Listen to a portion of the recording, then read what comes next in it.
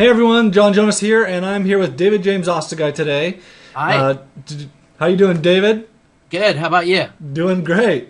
We're going to do a case study with David and his success as he's used outsourcing to build his business. So, first thing I want to talk about is your business model. I want to know what you're doing. What are you succeeding with? What are you doing in your business?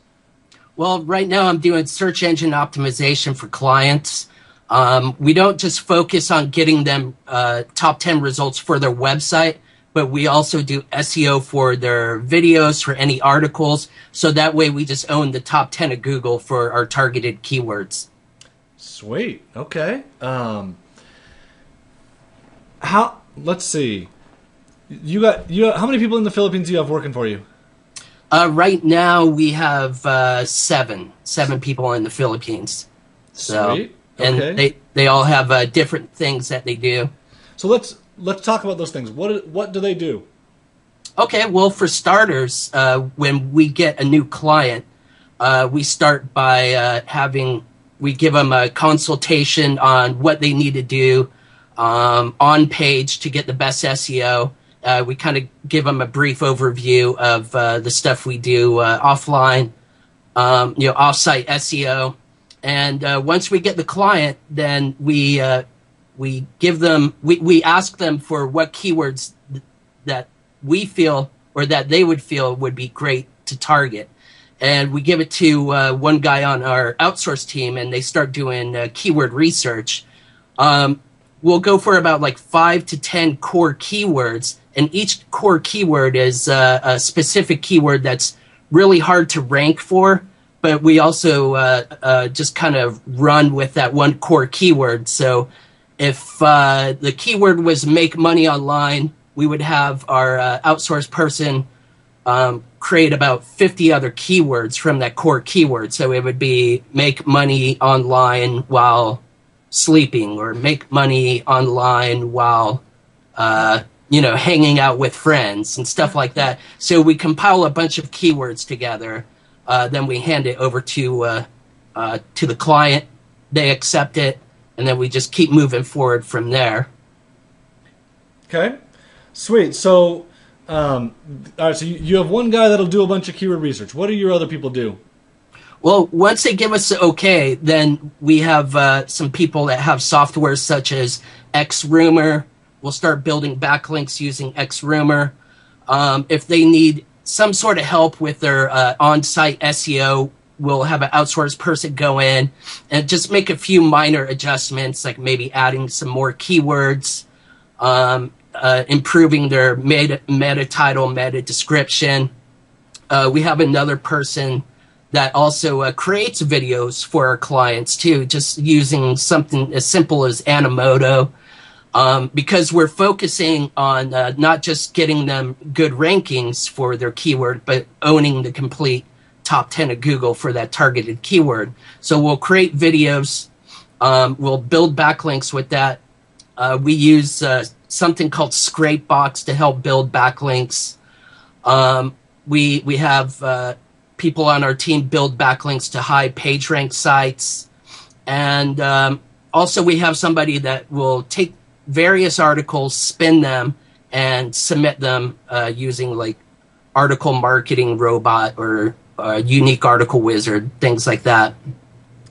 Sweet. Do you have anybody that does anything different? Like kind of outside of what people would normally think to have someone do. Do you have anything? I don't know if you do. I'm just asking the question. Yeah. One thing I have right now, which I haven't perfected yet, I hired a girl. And what she does is she finds people in the Los Angeles area, and she'll compile a list of, let's say, attorneys in Los Angeles. And she'll write an email. She'll compile a list of maybe about 100 attorneys in Los Angeles. And what she'll do is she'll send an email to all of them. And what she'll actually do, she'll CC everybody. So that way, when they open the email, it shows that this email has been sent out to 100 of their competitors. And it just simply says, thanks for opening this email. We're a SEO consulting place in Los Angeles.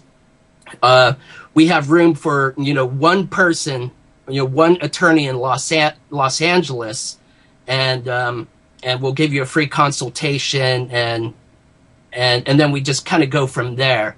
And it's amazing how some people just really jump on it because they see that their competitors have been CC'd on this. So you have a girl doing lead generation for you. Exactly. Awesome. Exactly. Awesome. Yeah. Can you go through your hiring process? What have you done to hire these people? How did you find them? Well, one place is Craigslist in the Philippines. That one's really easy.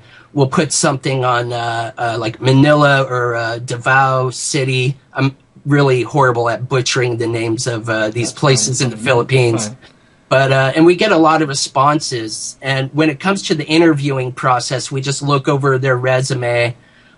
We see what experience they have, and we've noticed that it's sometimes slightly exaggerated. So when they say they're a professional at WordPress, it means that they've put together a couple WordPress sites.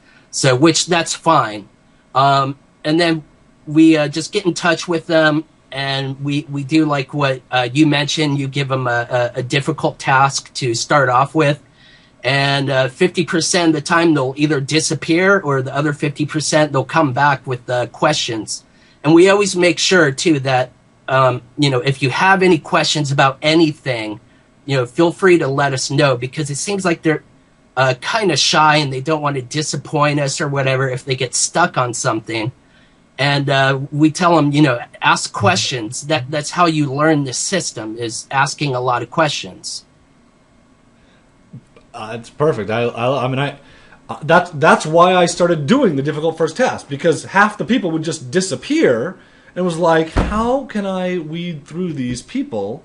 And that's where it comes from. So, yeah, exactly. And some of the people we hire for, like, for example, XRumor and Scrapebox, we make sure that they do have experience in that, because I don't even know how to use XRumor. I don't know how to use Scrapebox. I leave that up to them. I know it's a cool tool to build backlinks really fast, and I just leave it up to them. I know that we use one of those, and I have no idea how to use it either. So I heard there's a huge learning curve with XRumor. It takes a little while to learn. Really? Okay. Yeah. So you are finding people with experience in those things? Yeah, absolutely. Okay. Absolutely. All right, cool.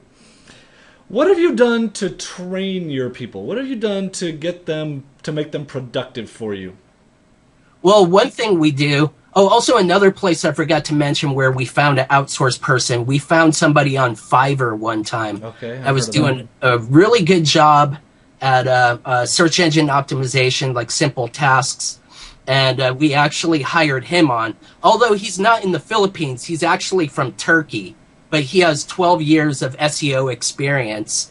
And we asked if we could hire him on full time. And he said he would do it for $550 a month. So... I mean, you can't beat that. And it's funny, too, because I'll go to him for SEO advice. I'll tell him, what do you think we need to do? What should we do here? Stuff like that. And he'll just lay it out. We need to do this, this step and then this step, and just keep moving forward. So it's really cool. That's amazing, man. Good. That's great. Yeah, yeah. Okay, so how have you trained your people? What have you done to make them productive for you? Well, for some of the projects, it's just as simple as giving them a guide on how to do it. I had somebody that kind of knew how to build WordPress sites. I had a product from Brian Johnson on how to build WordPress sites, niche sites, and things like that. I got in contact with Brian and asked him if I could give this product to somebody in the Philippines, which he said, yeah, of course, that's fine. So I just gave it to him. I told him to watch the videos, and if he had any questions, just let me know. So pretty much I just mostly get some sort of guide, and I just hand it to them, and I tell them if they have any questions, just let me know. And sometimes I'll create some videos, too. Okay, very cool. Any tips that you have learned as you've done this, what things could you teach someone else that have kind of been either mistakes that you've made or things that you've figured out that would really be helpful to someone else when they're doing this? Yeah, absolutely. When I first started out and before I checked out Replace Myself, I would hire people in the Philippines, and I always had that worry that I didn't have enough work for them. And I would start out by hiring them part-time, and I was paying them like about $550 a month or something for part-time work. And every time it would always fall short. Projects wouldn't get done. I wouldn't hear from them for weeks.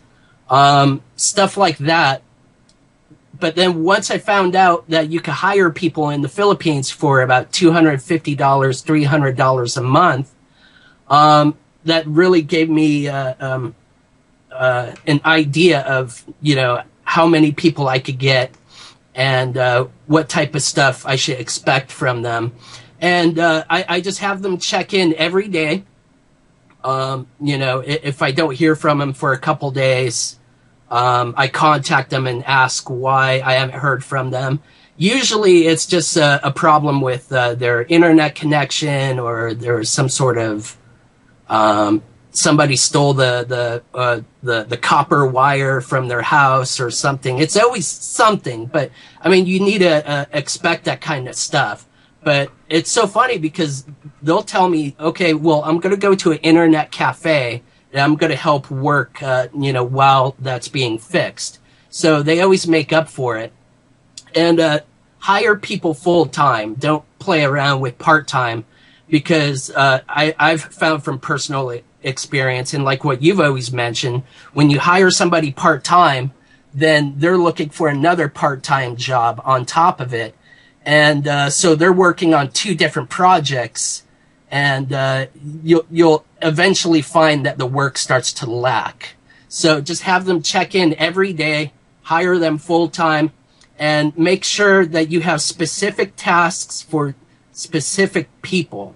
So the person I have doing X-Roomer and Scrapebox and things like that, I'm not going to have him out building websites or creating YouTube videos. So I separate the projects so that way they have specific things that that they do. That is there's some great advice there. That is some really, really good stuff. Thank you, David. I appreciate it. This has been really great. It's been very helpful. It's good to hear your success. I get a text right as we're finishing. So, any last words before we close? Yeah. Another thing too is I'm a pretty honest guy, and the people in the Philippines, the majority of people are fairly honest as well. But every now and then, you may come across somebody who's trying to play you. Like for one example, when I first started out outsourcing stuff, there was a guy that was asking for some money in advance because, I don't know, he was about to lose his internet connection and things like that. I actually gave him money in advance, which just don't do, because all of a sudden he disappeared. And then I emailed him, and it was so funny because it was about a week or two later, I get an email from his brother, supposedly his brother, and his brother said, he's in the hospital right now. He's very ill, but he's going to message, he's going to send an email from the hospital. Then I get an email from him saying, yeah, I'm going to be out of the hospital, and I want to pay you back the money that you gave me. I apologize for this. So I gave him my PayPal account. I said, yeah, just go ahead and send the money back over to me. And of course, I never heard from him again. So that's really good advice. Don't ever prepay for work. Yeah. So yeah, because every now and then you'll get some really sympathetic stories. Not that I'm saying that they're not true. I mean, but just kind of watch out for people trying to scam you. Great advice, and short and sweet and to the point. That was wonderful. Thank you, David. I appreciate you being here, and thanks everyone for watching. Talk to you later. Thanks.